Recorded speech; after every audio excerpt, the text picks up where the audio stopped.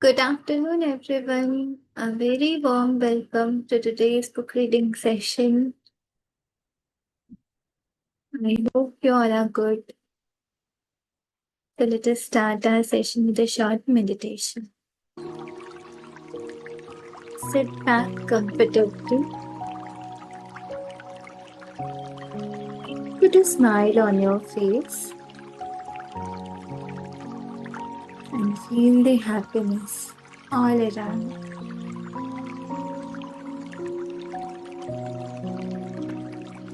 Love and joy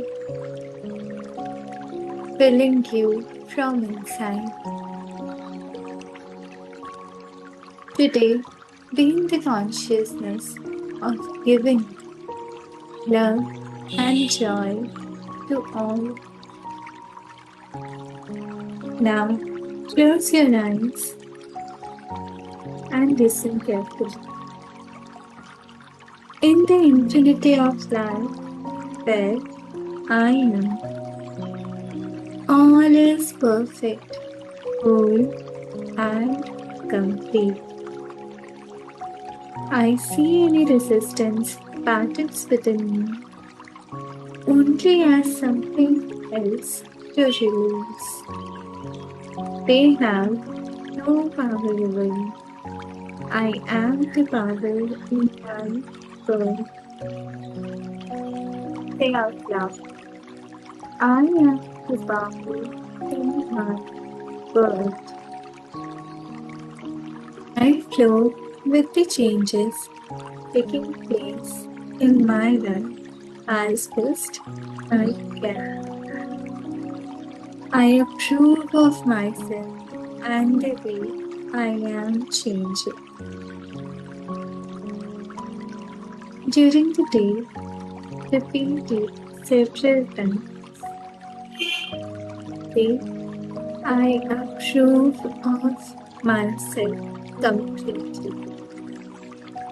I'm doing the best I can. Each day gets easier. I am doing the best I can. Each day gets easier. I rejoice that I am the rhythm. I am in the rhythm and flow of my ever changing life. Today is a wonderful day. I choose to make it so. Today is a wonderful day because I choose to make it so. All is well in my world. All is well in my world. Thank you, thank you, thank you. Om Shanti.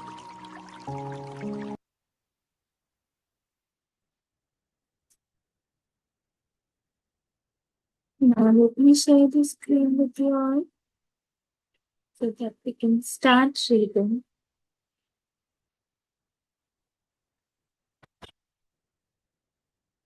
Reading chapter 14, The Body, and we learn about various functions and parts of our body that are linked with diseases and comfort. They all come as a clue, as a sign for us to pay attention in the different fields of our life.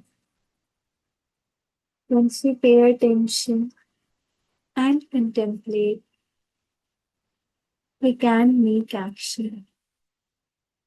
We can take action to make changes.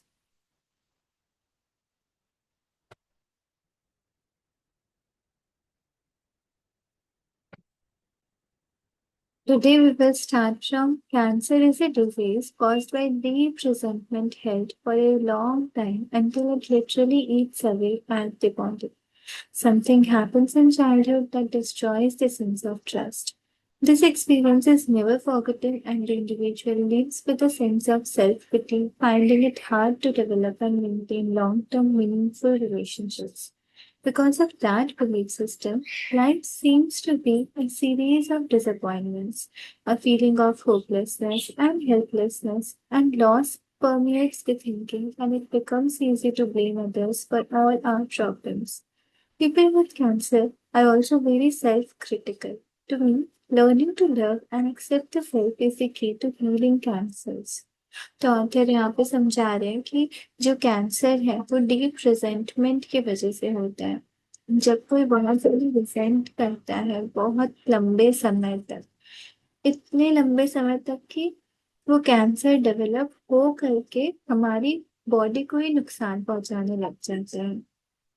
तो इसमें example दिया गया है कि किसी के बचपन में अगर कुछ ऐसा हो जिस वजह से उसका ट्रस्ट करने के ऊपर से लोगों के ऊपर से पूरा भरोसा उठ जाए, वो एक्सपीरियंस को कभी ना भूल पाए, और फिर वो इंसान कैसे रहने लग जाता है, एक सेंस ऑफ सेल्फ पिटी, तरस खाना, और उसके लिए बहुत मुश्किल हो जाता है कि वो लॉन्ग टर्म मीनिंगफुल रिलेशंस को डेवलप और मेंटेन कर सके। और इन बिलीफ सिस्टम्स के वजह से उनके लाइफ ये पूरी डिसअपॉइंटमेंट से भर जाती है। ये हमने पढ़ा है ना कि power of your subconscious mind होगी, कि जो हमारे थॉट्स होते हैं, जो हमारे बिलीफ सिस्टम होते हैं, वो हमारे सबकॉन्शियस माइंड में जा करके जो बिलीफ सिस्टम बनते हैं उसके अकॉर्डिंग ही हमें अपनी लाइफ में एक्सपीरियंसेस करने को मिलते हैं।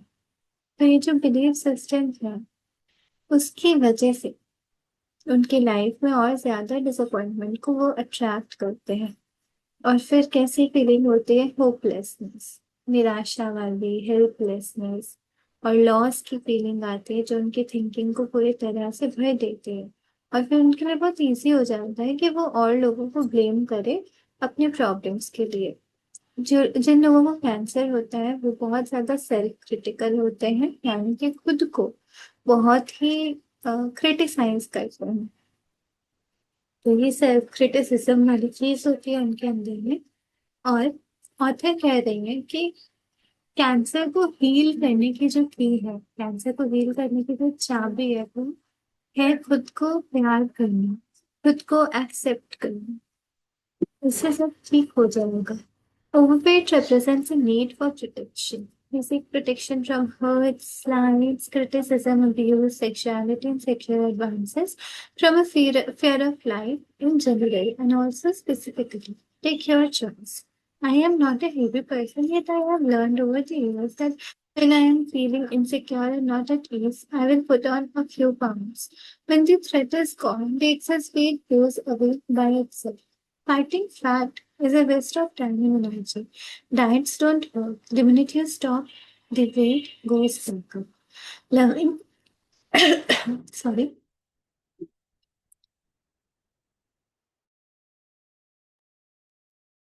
loving and approving of yourself, trusting in the process of life, and feeling safe because you know the power of your own mind make up the best diet I know of. Go on a diet from negative thoughts, and your weight will take care of itself. तो overweight की जो problem होती है, author कह रही है कि वो प्रोटेक्शन की नीड जिन लोगों को होती है उनके अंदर ओवरवेट आ जाते हैं। प्रोटेक्शन किससे चाहिए?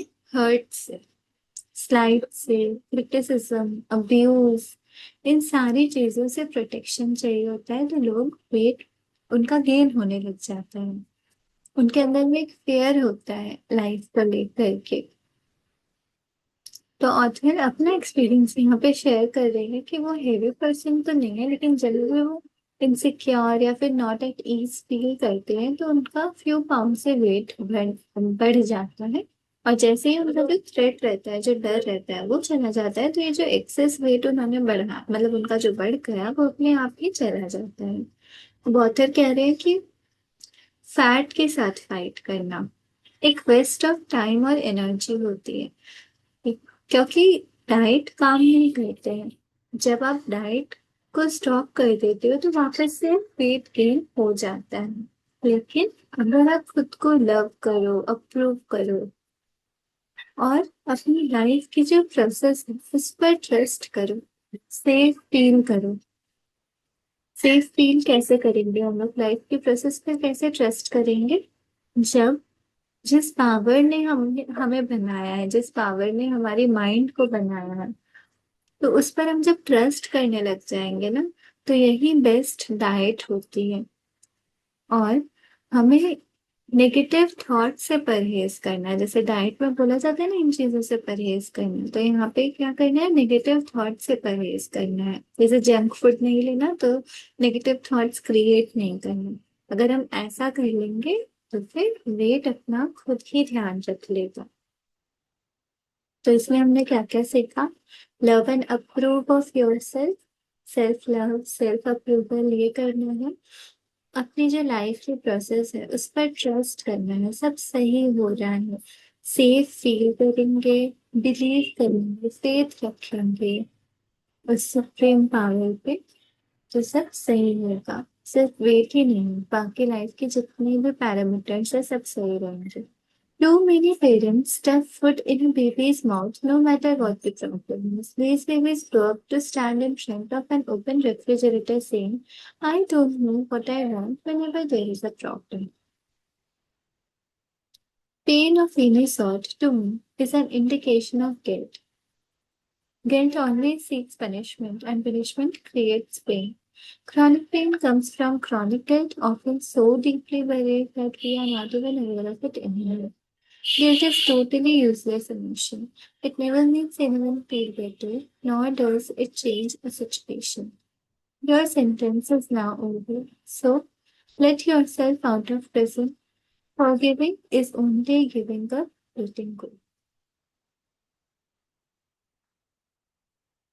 तो जो पेन होता है वो किस वजह से होता है? जब हमें किसी बात का गिल्ट रहता है, बहुत ज्यादा पेन हो रहा है, मतलब बहुत ही ज्यादा गिल्ट में है आप, और ये गिल्ट इतनी डीपली बरीड होता है हमारे अंदर में कि हम उसके लिए अवेयर भी नहीं होते हैं।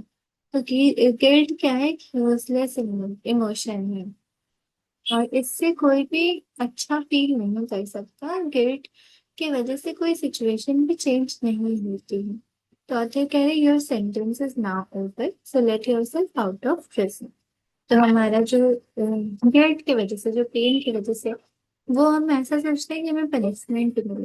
तो कह रही है कि आपकी जो सेंटेंस है वो खत्म हो चुकी है, तो अब आप इस प्रिजन से बाहर आ सकते हो। Forgiving is only giving up, letting go. Strokes are blood clots, congestion in the bloodstream in the area of the brain, cutting off the blood supply to the brain. The brain is the computer of the body. Blood is germ. जो strokes होते हैं वो कैसे होते हैं? जब हमारे brain में जो ब्लड की सप्लाई है वो कट ऑफ हो जाती है, क्योंकि ब्लड स्ट्रीम में कंजेशन आ जाती है। तो जो ब्रेन है वो हमारी बॉडी का एक कंप्यूटर है, क्योंकि उसी से हम पूरे बॉडी को चला पा रहे हैं। ब्लड इज जॉय, और इसमें जो ब्लड रन कर रहा है हमारी बॉडी में वो है जॉय। ये हमने हर्ट वाला जब पढ़ा था तभी भी देखा था ना कि ब्लड जॉय है और हमारा हर्ट इस जॉय को पंप कर रहा है। The veins and arteries are channels of joy. Veins और arteries होते हैं channels of joy, क्योंकि इनसे blood चलता है, blood joy है। Everything works under the law and the action of love. तो ये सारी चीजें कैसे काम कर रही हैं? Under the law and action of love. There is love in every bit of intelligence in the universe. It is impossible to work and function well without love and joy being experienced. तो author कह रही हैं कि इस universe हर के हर एक कण में लव, और वर्क करना या फंक्शन करना ठीक से वो इम्पॉसिबल हो जाता है बिना लव और जॉय को एक्सपीरियंस किए। तो हमें अपने दिन में कुछ ऐसी चीजें करनी चाहिए जिससे कि हम इस लव को, इस जॉय को एक्सपीरियंस कर सके। वो हो सकता है कि आपको मेडिटेशन से मिले, योगा से, या जिम जाने से, या फिर कुछ एक्स्ट्रा करिकुलर एक्टिविटीज। पहले आप बाहरी लेवल पे जब इसको स्टार्ट करेंगे, उसके बाद में अपने थॉट्स में भी आप थोड़ा हल्कापन महसूस करेंगे। और फिर जैसे कहा गया है ना कि diet, take diet from negative thoughts. तो इन चीजों पे धीरे धीरे जब हम लोग काम करने लगेंगे, तो फिर हम ये एक्सपीरियंस करने लगेंगे, ग्रेटिट्यूड प्रैक्टिस करें, रिजॉइस करें हर एक मोमेंट में, अच्छा चीज अच्छा कुछ खोजें इस करेंट मोमेंट में। ऐसा करने से हमारी लाइफ बहुत अच्छे से चलेगी। Negative thinking clogs up the brain and there is no room for love and joy to flow in its free and open way. Laughter cannot flow if it is not allowed to be free and foolish. It is the same with love and joy. Life is not grim unless we make it so, unless we choose to look at it in that way. We can find total disaster in the smallest upset, and we can find some joy in the greatest tragedy. It is up to us. तो जो Joy find करना ये हमारे नजरिए से पता चलता है। कोई छोटी सी बातों को भी ऐसे सोच सकते हैं कि तो बहुत कोई बड़ा डिजास्टर हो गया, और कोई बहुत बड़ी बात में भी कुछ ना कुछ खुशी के पल खोज सकते हैं। तो वो हमारी थिंकिंग पे, हमारे माइंडसेट पे डिपेंड करता है, और थिंकिंग हमेशा हम चेंज भी कर सकते हैं। तो अगर आप नेगेटिव भी कभी सोचे तो खुद को गिल्टी महसूस ना करें, रिग्रेट ना करें, क्योंकि थिंकिंग बस हमारे एक सेकंड में हम चेंज कर सकते हैं। अपने माइंड के में जो पावर है वो हमारे अंदर ही है, खुद के अंदर अपने थॉट्स को चेंज करने का। तो ये जरूर ट्राई करेंगे।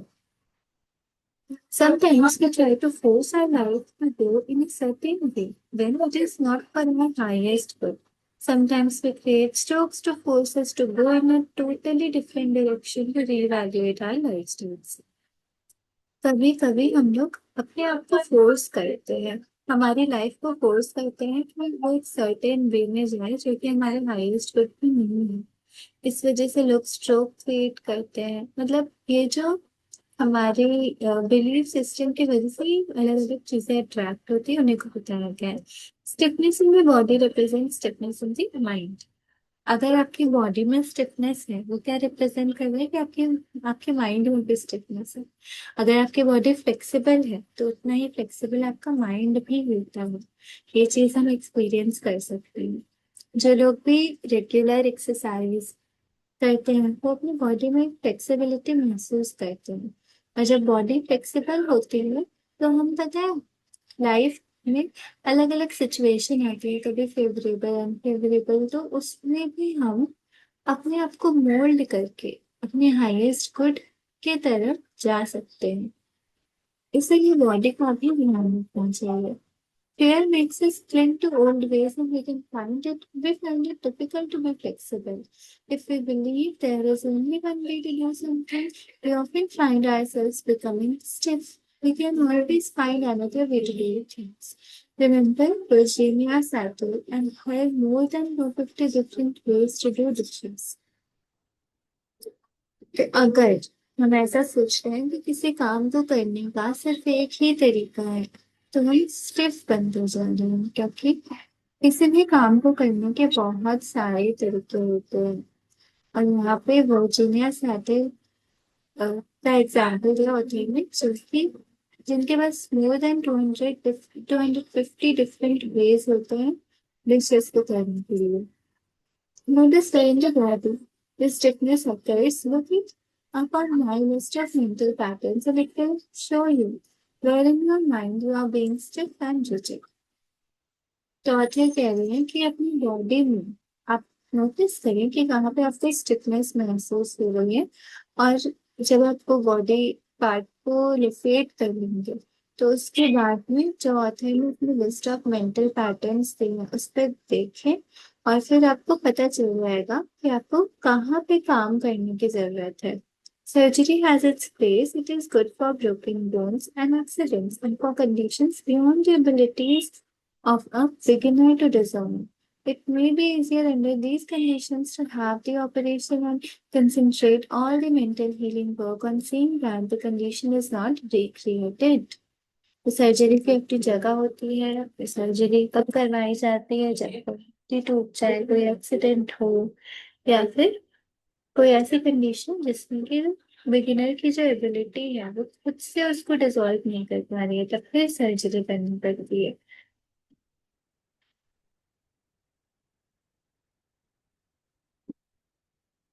और जब वो ऑपरेशन चलता है तो उस टाइम क्या करना चाहिए? अपनी मेंटल हीलिंग वर्क पे भी कंसंट्रेट करना चाहिए ताकि ये जो कंडीशन है ये हील हो जाए और दोबारा क्रिएट नहीं हो। More and more each day, there are many wonderful people in the medical profession who are truly dedicated to helping humanity. More and more doctors are turning to holistic ways of healing, treating the whole person. Yet most doctors do not work with the cause of illness, they only treat the symptoms they address. They do this in one of two ways: they poison or they mutilate. Surgeons cut, and if you go to surgeons, they will usually recommend cutting. However, if the decision for surgery is made, prepare yourself for the experience so it will go as smoothly as possible and you will heal as rapidly as possible. Ask the surgeon and staff to cooperate with you in this. Surgeons and their staffs in the operating rooms are often unaware that even though the patient is unconscious, he or she is still hearing and picking up everything said on a subconscious level. I heard a new age leader say she needed some emergency surgery, and before the operation, she had a talk with the surgeon and the anesthesiologist. She asked them please to play soft music during the operation and for them to talk to her and each other continuously in positive affirmations. She had the nurse in the recovery room do the same thing. So the operation went easily and my recovery was rapid and comfortable. जब कोई surgery होती है तो surgeons क्या करते हैं? पहले तो जो पेशेंट होता है उसको अनकॉन्शियस किया जाता है सर्जरी से पहले, लेकिन फिर भी वो सबकॉन्शियस लेवल पे पिकअप करते हैं जो भी कहा जाता है सोचा जाता है।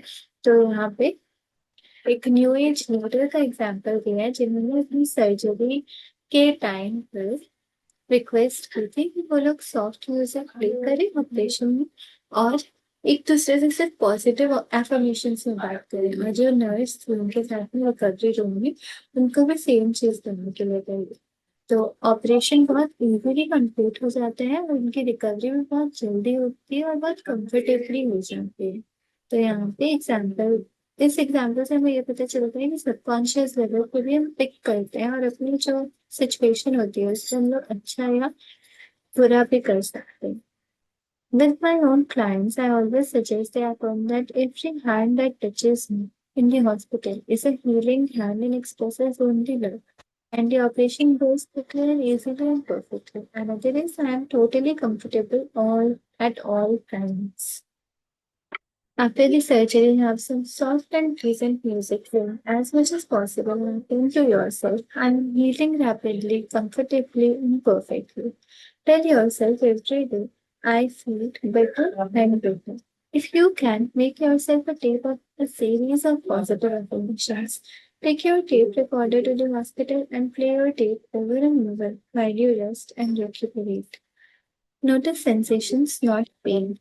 Imagine love flowing from your own heart down through your arms and into your hands. Place your hands over the part that is healed and say to this place, I love you and I am helping you to get well. काफी अच्छे अच्छे affirmations दे गए हैं इनको। Author ने recommend किया कि अगर किसी का ऑपरेशन हो रहा है उसकी सर्जरी हो रही है तो वो उसका टेप रिकॉर्डर भी बना सकता है पॉजिटिव एफर्मेशंस का। तो पहला तो ये है कि जब कोई हॉस्पिटल जा रहा है हॉस्पिटल में तो ये एफर्मेशन से every hand that touches me in the hospital is a healing hand and expresses only love. तो जो भी हाथ में जो हॉस्पिटल में टच कर रहा है वो एक हीलिंग हैंड है, वो हील करने के लिए कर रहा है और उससे सिर्फ और सिर्फ लव का एक्सप्रेशन मिल रहा है। जो ऑपरेशन है वो बहुत जल्दी बहुत इजीली और एकदम सही तरह से परफेक्ट और मैं कंफर्टेबल हूँ हमेशा। और जब सर्जरी हो जाए तो थोड़ा सॉफ्ट और प्लीजेंट म्यूजिक प्ले करके अपने आप को बार बार दोहराए, I am healing rapidly comfortably and perfectly. मैं हील हो रही हूँ रैपिडली बहुत जल्दी कंफर्टेबली एंड परफेक्टली। अपने आप को पूरे करते और बेटर हो गए मतलब और ज्यादा पहले दिन से ज्यादा रिकवर हो चुके हैं, पहले दिन से ज्यादा अच्छा फील कर रहे हैं। तो ये सब कहते हुए या सुनते हुए इन एफर्मेशंस को ऐसा फील करें सेंसेशंस जो आपकी बॉडी में क्रिएट हो रहे हैं उनको फील करें, उनको नोटिस करें, पेन को नोटिस ना करें। और इमेजिन करें जो लव है वो आपके खुद की हर्ट से फ्लो होके आपके आर्म्स तक जा रहा है, आपके आर्म से आपके हैंड्स में पहुंच रहा है। और फिर अपने हाथों को कहाँ रखेंगे, उस पार्ट पे जो कि हील हो रहा है, और इस प्लेस को बोलेंगे I love you and I am helping you thread well. Swelling of the body represents clogging and stagnation in the emotional function. We create situations where we get hurt and we cling to these memories. Swelling often represents bottled up tears, feeling stuck and trapped, or blaming others for our own limitations. तो body में swelling क्या represent करती है, जो clogging हो जाती है, stagnation है इमोशनल थिंकिंग की। इमोशनल थिंकिंग की स्टेग्नेशन मतलब रुक गए। तो हमारी लाइफ में हम ऐसे सिचुएशन को क्रिएट करते हैं जब हम हर्ट होते हैं, और इन मेमोरीज के साथ फिर हम क्लिंग करके रहते हैं, लिपटे रहते हैं। Swelling often represents bottled up tears, जब हम बहुत ज्यादा सप्रेस करते हैं अपने इमोशंस को, स्टक फील करते हैं, ट्रैप्ड फील करते हैं, दूसरों को ब्लेम करते हैं अपनी खुद की लिमिटेशन की वजह से, तब स्वेलिंग होती है। Release the past, let it wash away, take back your own power, stop dwelling on what you don't want. Use your mind to create what you do want. Let yourself flow with the tide of life. तो past को release करें, उसको बह जाने दें। अपनी जो खुद की पावर है उसको वापस ले लें। जो चीज हम नहीं चाहते अपनी लाइफ में उसके बारे में सोचना बंद करें। अपने माइंड को यूज करें क्रिएट करने के लिए। वॉट यू डू वॉन्ट, जो हम चाहते हैं उसको क्रिएट करने के लिए अपने माइंड को यूज करें। और let yourself flow with the tide of life. जीवन के साथ में, उसके बाद अपने वो चेंजिंग लाइफ के साथ में आगे बढ़ते रहें। So tomorrow we will start from humans. Thank you so much for joining me. Take care.